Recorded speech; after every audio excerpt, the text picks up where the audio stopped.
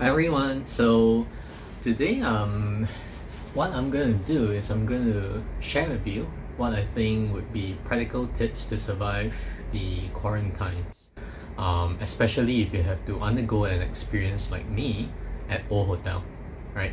So the first tip that I'd like to share with you, because I do like watching movies as well, especially on Netflix.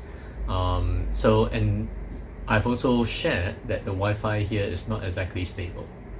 So a practical tip is that, do you know that on Netflix you can actually download the shows in advance, right?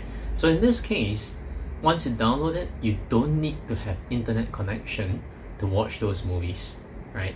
As long as Netflix or the particular show on Netflix is supported in the country you're in, right? So that's the first practical tip.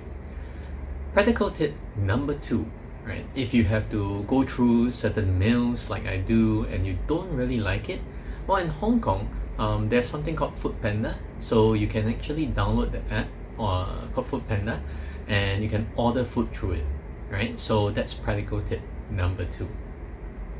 Now, practical tip number three would be water, right? So I'm not sure if you have already realized by now, is that most of the meals at O Hotel, they do not provide any beverages at all. So in such a case, I do recommend you, if you drink a lot of water like me, right? Practical tip number three is to check in maybe a carton of water, right? At the end of the day, the luggage will be brought here and you'll be finishing up all the water.